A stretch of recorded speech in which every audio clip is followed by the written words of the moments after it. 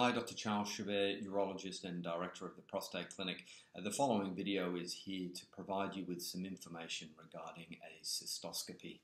A cystoscopy, in essence, is a camera test, and we use the camera test to evaluate someone's lower urinary tract, and that really is to investigate the bladder, the prostate, and the outlet pipe of the bladder, which is called the urethra. There are different indications for proceeding on with the cystoscopy, but the most common ones are either to evaluate the presence of blood within the urine. It can be if someone has had recurrent urinary tract infections, or alternatively if a man has urinary symptoms and we're trying to get to the bottom of why they may have those symptoms. Camera tests can also be used as part of surveillance in people who have polyps within their bladder, and that can be an ongoing process whereby we inspect the internal lining of the bladder. So a cystoscopy, certainly in my practice, is performed in one of two locations. It can be performed either at Pindara Day Surgical Centre or alternatively in the main part of theatres, and there are different indications for why we may use one site over the other.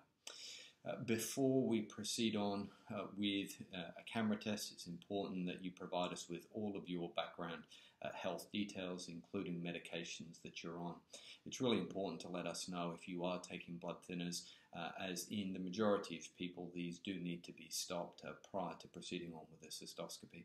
Blood thinners can include medications such as aspirin or Plavix, or newer drugs such as Xarelto. So please let us know if you're taking any of these, and we'll provide you with some advice as to whether or not they need to be ceased before you have a cystoscopy.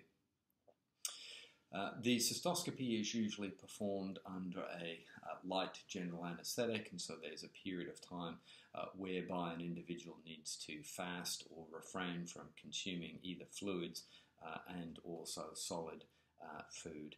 And guidance is provided prior to the time of your cystoscopy, but usually it's about 6 hours prior to the procedure that you need to abstain from eating or drinking anything.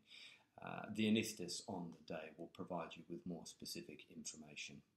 Everyone requires to have a urine test performed prior to the procedure, and that really is to make sure that there's no signs of infection before we proceed on with a camera test. Sometimes we do find that there's an active infection, and if that is the case, antibiotics will require to be taken prior to the procedure.